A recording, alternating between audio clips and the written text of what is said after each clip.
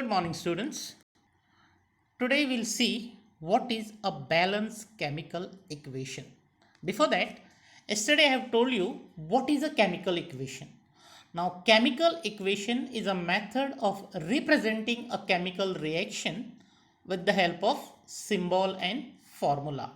And chemical equation has got two parts. Which are the two parts? Reactant and product. Reactant are what? They are the substances which undergo a chemical change in the reaction, and product are the new substances that are formed during a chemical reaction. Now let us see what is meant by a balanced chemical equation. Now last year we have seen one law of conservation of mass, and what it says, the number of atom of all participating element should remain proportionally constant before and after reaction. Means mass can neither be created nor be destroyed.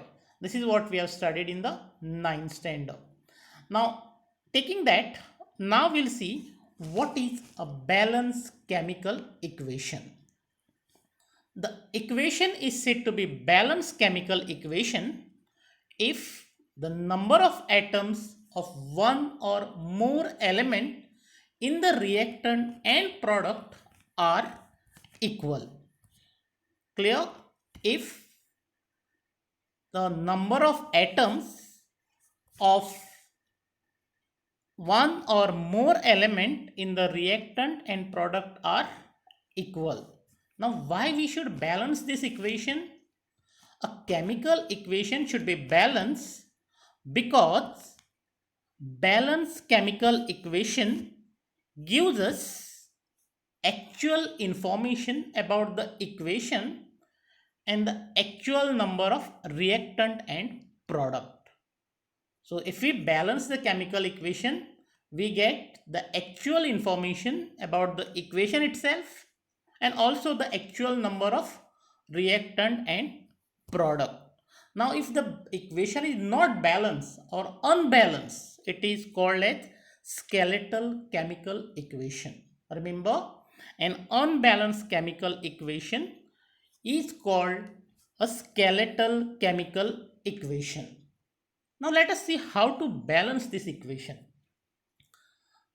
To balance this equation, you should know certain rules or certain steps. Now, what are these steps? Let us see. Okay, now the first step which you should know is that in balancing a chemical equation, you have to identify the reactant and product. That is the first part. I mean, whenever an equation is given, you have to identify your reactant first and your product. After identifying the product and the reactant, the second step is that you need to determine how many atoms of each element are present on each side of equation. Means in the reactant side, how many atoms of each element is present, and on the product side also, how many atoms of each elements are present.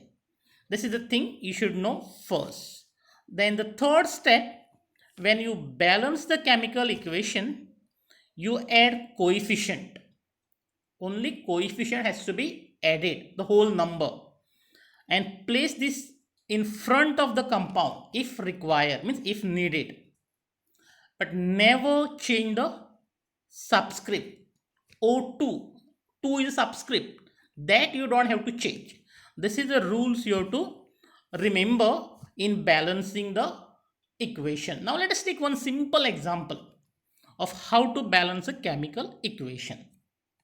Now the example is chemical equation that occur when iron rust, means rusting of iron. This is a chemical reaction or a chemical change. Now how will you write this? Iron, you know, is a ferrous. There is another name for iron is ferrous. So ferrous or iron react with oxygen to give ferric oxide. Fe plus O2, means ferrous react with oxygen to give ferric oxide, Fe2O3. Now here in the reactant side, we have ferrous and oxygen. In the product side, we have 2 atoms of ferrous and 3 atoms of oxygen. Now this equation is unbalanced. Now you know unbalanced equation is called a skeletal chemical equation. Now we have to balance this. Now let us see how will it balance. Now ferrous 1 atom and oxygen 2 atom in the reactant side. This is the thing we know now. Now we have to make both the side equal. That is the balanced chemical equation. Now how we make it equal? Let us see. Okay. Now first we'll add coefficient to make this equation balance. Now let us balance the ferrous. That is the first thing we'll balance. Okay. Now what I have done, I have taken 2 ferrous because on the product side there are 2 iron atom or ferrous atom. So now we have 2 ferrous atom reacting with oxygen to give ferric oxide. So iron is balanced now. Both the side we have 2. But did oxygen balance? No. So now we have to see the other way around. Let's see. Now we will use the another number. 4 ferrous reacting with oxygen to give 2 Fe2O3. Now again ferrous is balanced but oxygen is not balanced. We have 4 atom of ferrous on the reactant side. Also on the product side we have 4 atom of ferrous. But in the reactant side we have 2 atom of oxygen, but in the product side we have 2 into 3, that is 6 atom of oxygen. So oxygen has to be also balanced. Now let us see what we can do. Okay, now just see this equation. We can write our balance equation this way. Now you see both side, the left hand side and the right hand side, that is the reactant and the product. Now we have 4 ferrous atom in the reactant side and also in the product side we have got 4. 2 into 2, that is 4. Now oxygen in the reactant side 3 into 2, that is 6 atom of oxygen. On the product side also we have 2 into 3, that is 6 atom. So now this equation is a balanced chemical equation, and this way of balancing the chemical equation is called heat and trial method. Remember, this way of balancing a chemical equation is called heat and trial method. Now let us take another example. Okay, this is a reaction occur when propane C3H8 is propane is burned in the presence of oxygen to produce water and carbon dioxide. So this is a reaction. Now you have to help me in balancing this equation. Now there are 2 parts. First is reactant and there is a product. In the reactant side we have C3H8, that is propane, reacting with oxygen, and in the product side we have a water molecule and a carbon dioxide gas. Okay, now just count the number of atoms in the reactant side and the product side. We have 3 carbon atom in the reactant side and only 1 carbon atom in the product side. We got 8 hydrogen atom in the reactant side, but in the product side we got only 2 hydrogen. As far as oxygen is concerned, we got 2 oxygen in the reactant side, and in the product side we got 1 plus 2, that is 3 oxygen atom. Correct? Now we have to make them equal. So let us see. Now this is an equation.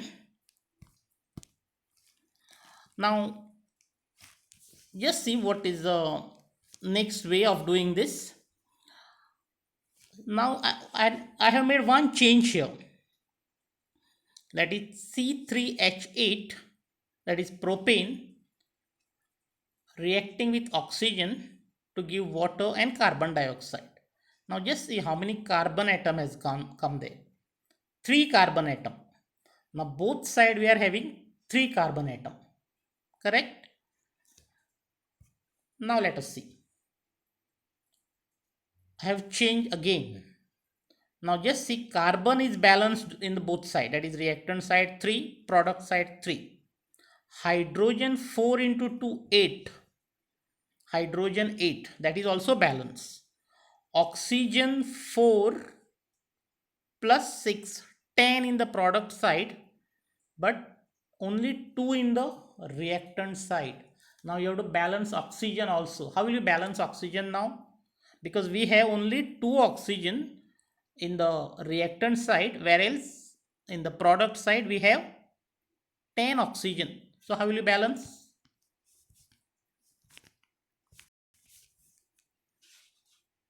Okay, now it is balanced. Now you can see, you can count carbon, hydrogen, oxygen, both side it is equal. Carbon 3 in the reactant side, product side also 3. Hydrogen 8 in the reactant side, product side also it is 8. And oxygen 10, and oxygen is 10 both side. Okay, thank you.